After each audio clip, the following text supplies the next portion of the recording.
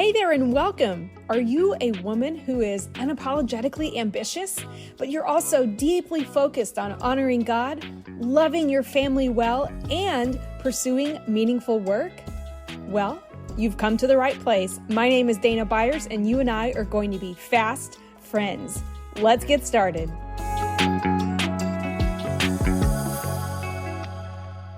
Welcome, everyone. Before we get started today, I want to take just a moment to share with you a quote that my client Brittany recently sent me. Here's what she said. Dana, thank you for creating a safe and supportive environment. I felt comfortable opening up and sharing my thoughts, which ultimately led to a deeper level of self-reflection. Your coaching techniques and strategies were incredibly effective in helping me. Brittany, thank you so much for taking the time to share this with me so I can share it here with our podcast community. And Brittany, you are amazing. If any of you listening to this are interested in getting coached, all you have to do is go to danabyers.coaching.com/getcoached. Well, hey everyone, welcome to the podcast.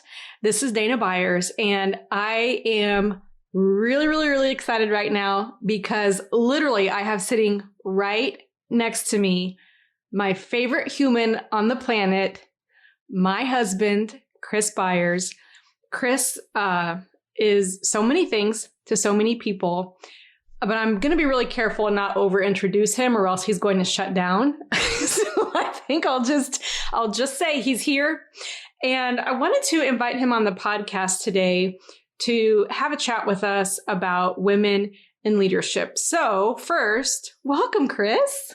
Thank you. It's great to be here. I received my invitation in the mail about 6 months ago to prepare for this day.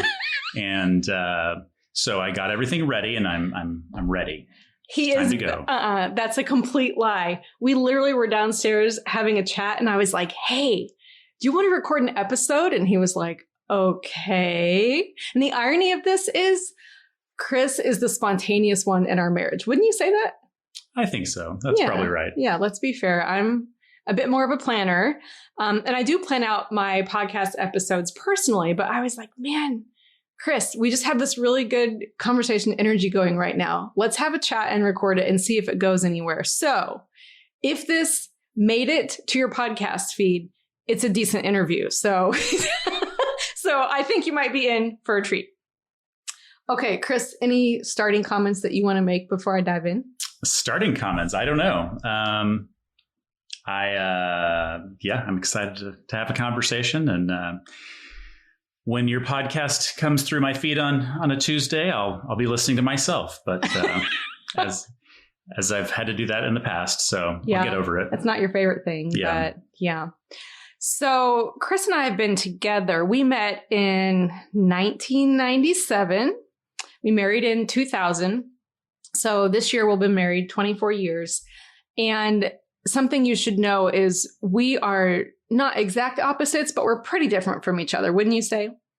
Yeah. I mean, I think we're opposites, but as anybody who's been married for a long time knows, you tend to like grow together and yes. And like a growth, kind of like you grow together and then you become like you start to do the similar things. Yeah. I used to be a night owl. I now go to bed at the same time you do. Which is?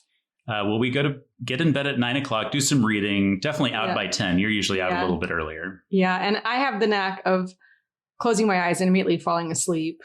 And you have a different knack of not doing that. Yeah. So I usually have to lay there a while before I'm going to go to sleep. So because your mind is churning. Yeah. Yes.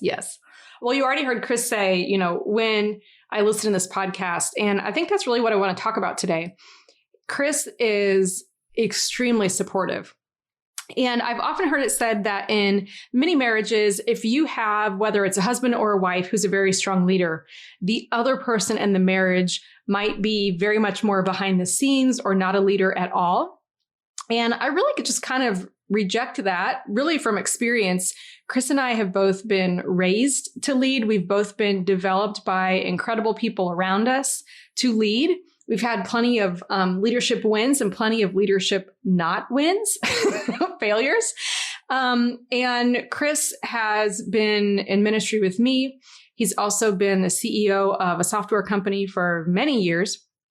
And I wanted him to come chat with us today because he is a significant advocate for women in leadership. He is also, this guy is just close to Jesus. He is the person who every day is asking me, how can I pray for you? He's checking in on me. He's praying over me. We're talking about scripture in the mornings before either of us gets ready for work. And Chris loves empowering everyone to lead, but I've especially personally benefited from his intentionality to support me in leadership and also in all of his work endeavors to find ways to engage women, empower them, and give them opportunities. So, Chris, I think what I want to start with is asking you, where do you think that came from? What made you such an advocate for women in leadership? Well, as I reflect, I'm not exactly sure what led to it. I mean, I do think over time, I probably accidentally found myself in places that were probably more supportive of women in ministry, more supportive of women in general in leadership than most. Happened to end up at a university where the Church of God of Anderson happens to be supportive of women in ministry. So it probably was less of a barrier for me to a certain degree. I also am just a numbers person. So I'm like, 50% of the population in the US is women, 50% is men. So why aren't 50% of the jobs and leadership roles and everything kind of filled by both men and women? And I think the other thing for me was, one thing that attracted me to you early on was your excitement about building a business, growing a business, being in business. And I've always wanted to see that continue to succeed and you succeed in all the endeavors you've been a part of. And it's just never mattered to me in particular that, you're a woman, that needs to look different. Or actually, I've probably come to realize in some ways we need to make it look different because it doesn't always look maybe what we hope it would for women in leadership, women in ministry. But so maybe it all comes back to the numbers. Maybe it comes back to you and I. Yeah, that's great. No, that's an interesting perspective. I never even thought of it that way, but I can totally see how that would be kind of the route that you would take to be like, okay, it makes sense logically. But then as you've leaned into it, I've seen you be very relationally intentional as well. Of course, in developing both of our kids, our son and our daughter, but authentically building belief into women around you that I really think you're completely capable of this. Here's what it's going to take. And here's the kind of support I can give you. I'd love to hear you share about, and of course you don't have to share names or anything like that, but can you think of a time maybe you've seen a woman in leadership undermine her capacity and what that looked like? I think I think a couple things come to mind. One is I do think women can at times want to ask for permission to do things. And, I always ran an organization where I was a little bit more like, just go do stuff. And then I'll let you know if it's not going so well, or if maybe we need to change course. And sometimes women can be a little bit slower to take that mantle and just go run with it, which is an interesting contrast to often women in the home definitely kind of guide how the home operates and how things operate at home. And so there is like a parallel that they can take into the work world probably to change that. But I do think that's one thing. The other one is I do think kids often for a woman can be the slow them down in pursuing certain things, pursuing certain areas of leadership because their perception is their kids are higher priority, which maybe they should be overall, but there are still ways I think you can probably work and grow in leadership without having to completely put that aside to take care of the kids. But I do think kids can definitely be a driver to slowing down leadership and growth sometimes in a woman. Yeah. Yeah, no, that you make a really great point. And we didn't talk about any of this before we turned on the mic. So I'm just going to ask you this. I haven't asked you if I can ask you this, but I think it might be helpful to people listening to the podcast to know kind of what we've walked through as a couple, having a very healthy, very strong marriage, being really close to our kids, but also being in seasons where I truly wanted to lead. I was thrilled to be at home with our kids for multiple seasons, but you were consistently in a significant leadership role. And so my perspective on that, as we've worked through it over the years, was that I wanted to support you and I wanted to support the kids, but I also kind of like put some things on the shelf. So while I didn't, by God's grace, I never felt resentment towards you, but I felt like we would often elevate the significance of the role that you were in just because maybe of the title or the responsibility or even the wages that you were earning. When you and I kind of came to terms with that, I realized you never asked me you didn't say, oh, I think you need to be home during the season or anything like that. And so I made those choices. Looking back on it, what do you think maybe you would say to me again if we were engaging in a scenario where it was like our family has some needs, but I also have this strong desire. I have this desire to work and to lead and do some things outside of the home as well. How would you maybe have suggested I approached it differently than I ended up doing at the time? Well, I don't know that I would. I mean, the approach was probably fine. You were trying to solve a problem, take care of the kids, get them in a better place, whatever it happened to be. We were moving or something, and we needed to manage that. But I think if anything, if I were to go back, I would say I'd probably try to slow you down from that. Yeah. I probably dove into supportive mode and was like, oh, sure, you think you need to take care of the kids and have extra time with them or, be more available. I'm supportive of that and we'll make it work was kind of always my attitude. I think maybe I would have slowed down and said, is there a different way? Is there a way we can support our kids, but still allow you to continue to do what you're doing? That might have given us a better conversation. I in an intent to be supportive, just was like, sure, but we'll make it work. We can do that. Yeah, no, that's true. And I think we have discovered over the years that decisiveness is actually one of my strengths, but sometimes a strength can be a bit of a weakness when we're so decisive. I'm quick to act and I haven't really thought it through. And so, I wouldn't say I regret any of that. I would say that it's funny how in marriage we can support each other in the way that we want to, but we're unintentionally letting our partner enable us because we get the best of ourselves, maybe using our strengths, but not slowing down. And that is something that you're great about, is saying, wait, can we be creative about this? Can we pause, consider something before you go act? I can't tell you how many times over the years you've said to me, like, wait, are you sure that's what you want to do? So I appreciate you for that and a million other things. Okay, let's switch gears a little bit and talk about risk. I want to talk about risk because I don't think I've really shared on the podcast before the bit of our story where you and I, over the course of a couple years, were really feeling unsettled. And we were content where we were, but we knew that God was trying to show us something. And it felt like he was sorting some details out in our lives.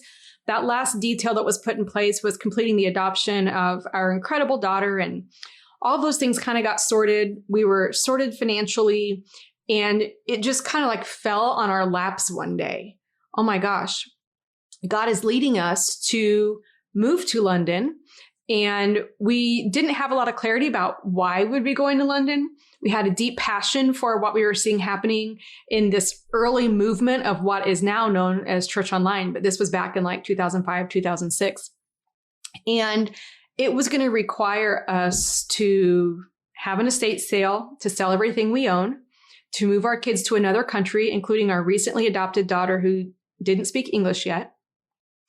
Both of our kids had been receiving some therapy, occupational therapy for developmental things. I mean, we had so much going on in our lives. We were very plugged into an incredible small group, and we made the decision together to take the risk and go, to cash everything out and with a check, move overseas and kind of try it for 6 months and see what God showed us. We've talked about that again, would we do that at this phase in life? And I think we're open to things like that in this phase of life as empty nesters, but we've also seen that maybe our place is a little bit different now. Our place is to support, to encourage, to expand, to kind of provide foundations for things instead of maybe going out and being on the bleeding edge of something. By the same token, I will always be so thankful for those years that we were overseas because it developed our marriage, it developed our relationship with our kids, developed so much in them. And it also helped us learn how to take a faith risk. So a lot of people listening to this podcast are individuals who are probably generally content in how they're living. But there's this kind of thought that wiggles around in the back of their brain every so often, this sense of, I think there's more. And it's not a sense of, God, I need you to give me more. God, I deserve more. It's like, God, there's something there. And I'm really trying to kind of place my finger on the pulse of what you might be doing and how I can engage in that. So if you were talking to someone, Chris, who is feeling that way, what advice would you have for them? Well, one thing that we have used just plenty in our life is the idea of being unsettled. And it is in moments of being unsettled that it causes us to pay attention, usually to God. I don't know about most of you, but I tend to, when things are going well, I tend to be a little bit less earnest, I suppose, in my prayers and in my spiritual life. When things are tougher, when things are unsettled, those are the moments where I'm much more aware of what God's doing and listening to what he's doing. And so sometimes we want to get out of that situation as fast as possible. I like comfort, so I am glad to go as fast as possible to just getting out of that discomfort or that discontent. And yet I think those are great moments to actually use and say, all right, what are you doing, God, in this moment? At some point, though, it does often lead you to a moment of risk. It's switching jobs, it's starting a business. And, one of the things that I think has driven both of our decision making over time is a belief that at the end of the day, God will take care of us. Mm-hmm. And so I kind of go to this when you're thinking about risk, and I don't really think about it. I don't think, oh, this is a moment I've got to process risk and how bad is this or how good is it? But I just in general think, what? At the end of the day, no matter what happens, God will take care of us. And so we can choose a path that might actually be wrong. Yeah. And if you go down the kind of few steps of that, it's like, well, how bad is this really if it doesn't go well? Oftentimes we'll be completely fine. We've got maybe some savings to help us, or depending on the risk, like we've got ways to protect ourselves. But at times I also just think, you've got to move forward and know that even if things go really poorly, even if you've got to start over in some ways, God will take care of you. And that next phase or that next stage of growth will be all the more informed by the failure you did have.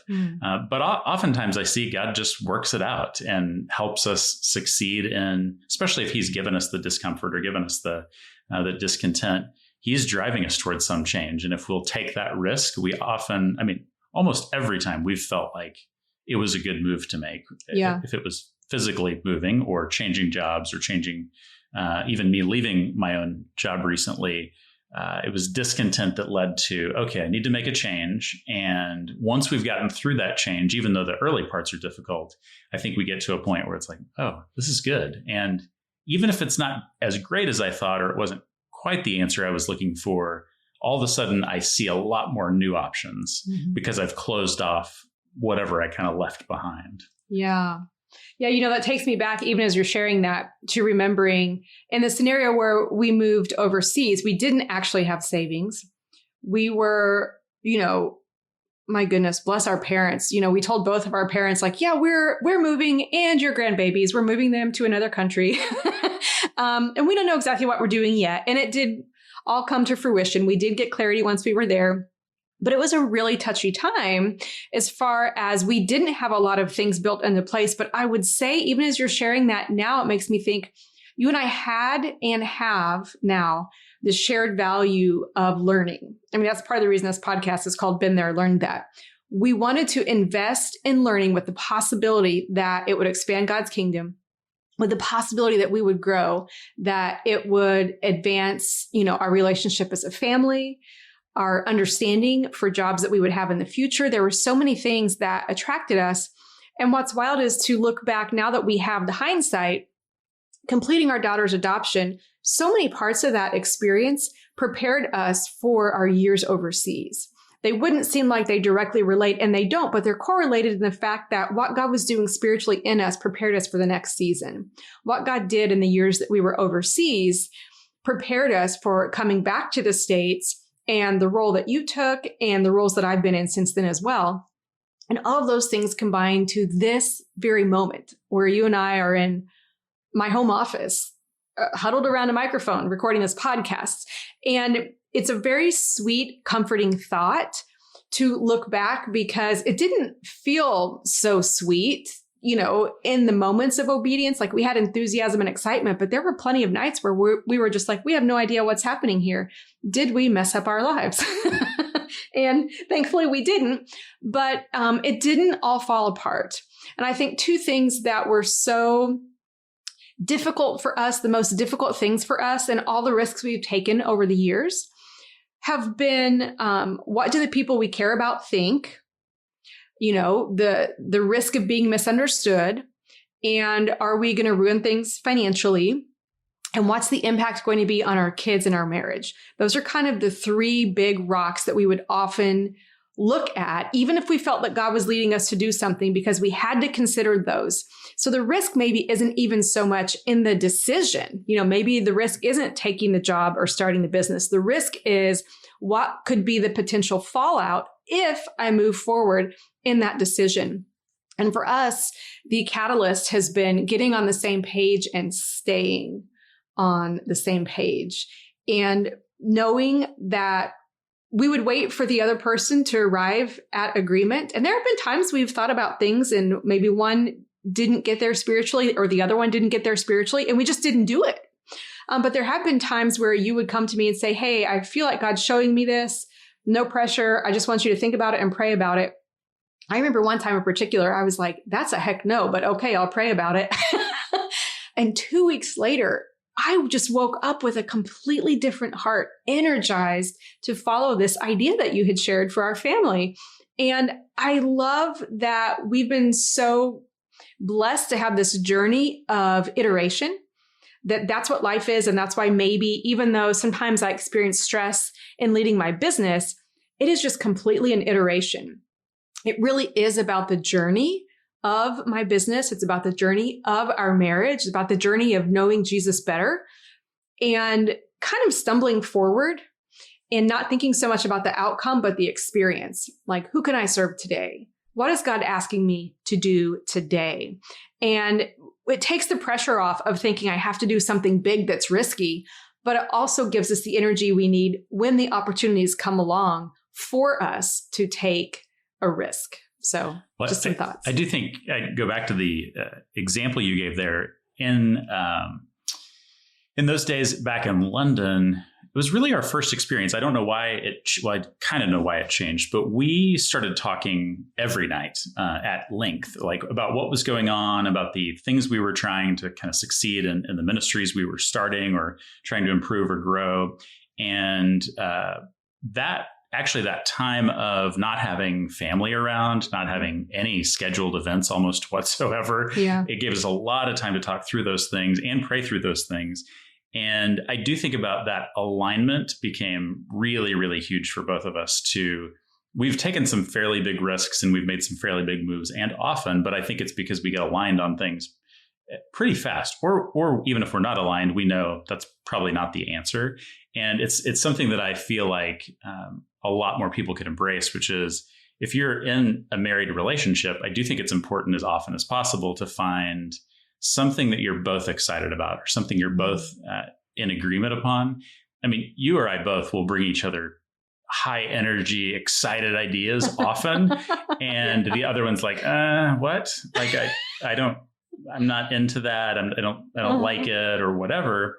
And that's actually been a great litmus test for us to say, oh, okay, you know what? I'm excited about that, but my energy may die on that pretty quickly. Mm-hmm. But then when we agree on something, whether through prayer over a little bit of time or just quickly agree to it, that's allowed us to step forward with a whole lot of confidence together. We're both in it. We can, even if the world is parents or whatever are frustrated with us, we've been able to say, yeah, but we're confident in this because we've made this decision together. We've prayed about it and we're moving forward on it together. Yeah, that's really true. That's true. Yeah, I can think of some of those scenarios where you or I had ideas and the other was like, what are you even talking about right now?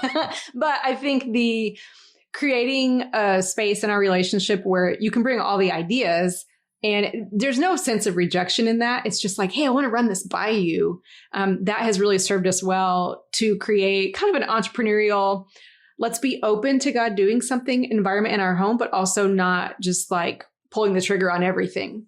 For all the things that we've said yes to, there have probably been 10 times as many things that have been like, that's a no, or that's a no for now, or that's a never, to be able to have clarity in that feels so good. And I think the way we've been able to do that is all the conversations.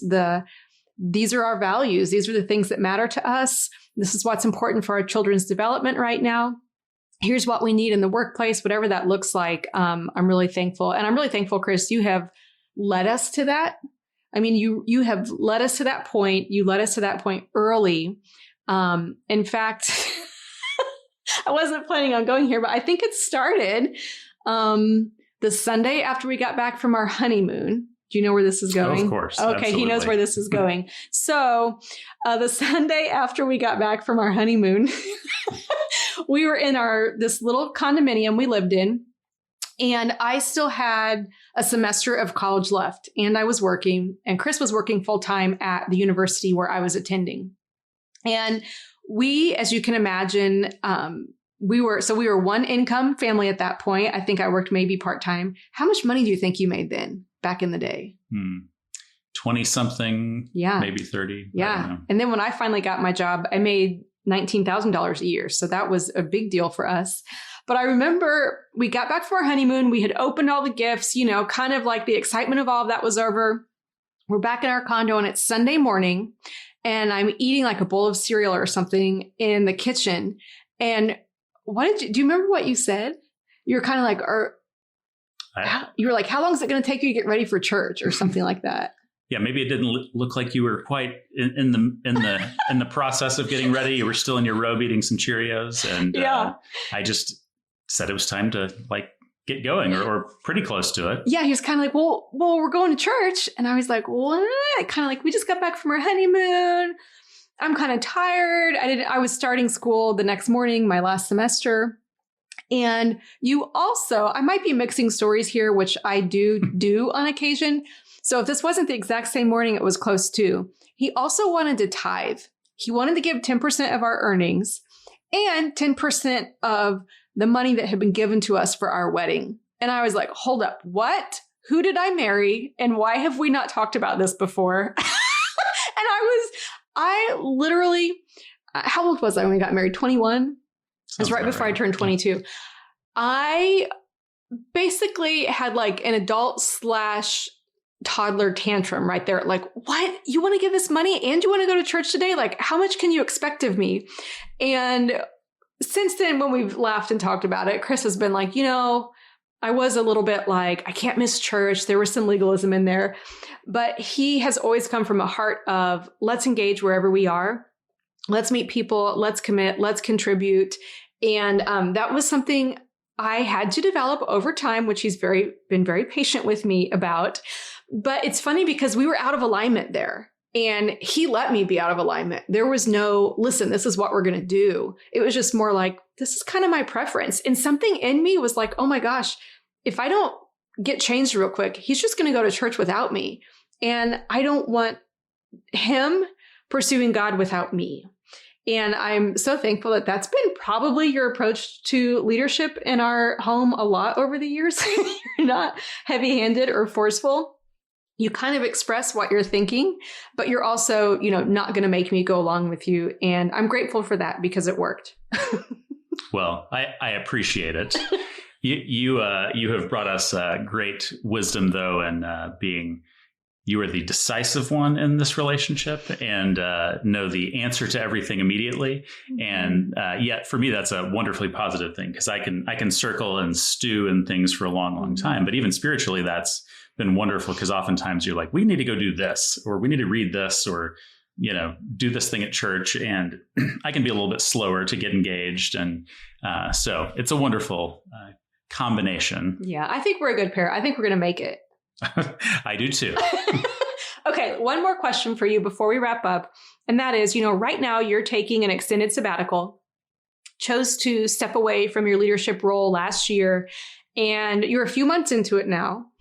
And I would love for you to share any just lessons you're picking up as you shifted from an extremely intense experience of being the CEO of a software company that had people in, a few different countries all over the US.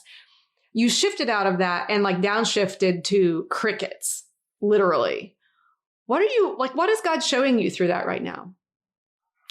I think at least beforehand, a couple of the things that I was a little, made me slow to make the decision was, one is there's this still career oriented thinking if I get off this train, I can never get back on the train. And if I get off this train, I'm just going to fall into an abyss and never be able to kind of participate in the world again. And it's been wonderful to get on the other side of this and just be oh yeah, I'm just not working right now. And there will be a time where I'm working again, and that will be fine. And people will accept or not accept the fact that I took a break. But I can jump back into it, whenever the time is right. I think, I also just think about, I was so engaged in work and felt so responsible for the outcomes of everything that happened at the company that I kind of also had this, what am I going to, how's this going to get handled without me there? And we went through a search process and found somebody to take on the role of CEO. And having spent time with him afterward and actually just being gone for a while, I'm oh, yes, just there are plenty of responsible humans in the world that can do the things that we do. Yeah. It will be just fine. And God's taken care of it. And I thankfully don't, I think very, very little bit about the business day to day and know that it's in good hands and, things will be fine. And so I think just responsibility, I'll pick on that one because I think a lot of us have that feeling. I think women especially have that feeling of I am the responsible one in this relationship or in this job or in this position. And I think it is a wonderful thought, and it's a freeing thought to know that you are responsible and that is good and you do wonderful things, but God has other people he could put in that role if he needs to. And if it's time for you to step away or take a risk or, whatever, it'll be just fine. Yes, that's a word. Thank you for that. As you said that, it just reminds me of advice I got years ago that has become such wisdom in my life. And that is that we want to take what God has called us to seriously, but we don't want to take ourselves too seriously. And you're really exemplifying that. I think even in, exemplifying confidence in not having a title or a paycheck or anything like that right now, but still showing up and loving on people and continuing the relationships that you have, certainly supporting me and my business and our kids and just our whole network of friends and family. And I honor you for that. And I also honor you for just on a random afternoon saying, okay, yes, I'll come sit in your office and you can ask me questions I didn't know what you were going to ask me. So you're very brave. And like I said, you're my favorite. Thank you so much for being here, sweetie. I love having you here. And everyone, thank you so much for joining us for another episode of Been There, Learned That. If you learned something from our little chat today, take a moment, send me an email at dana@danabyers.coaching.com or leave us a 5-star review. Thanks so much. See you on the next episode. Could you use some inspiration today? Well, check out my videos for insights on Christian working women's lives. It is a library of dozens of short videos packed full of ideas and coaching questions waiting just for you. Dive in now at danabyers.coaching.com.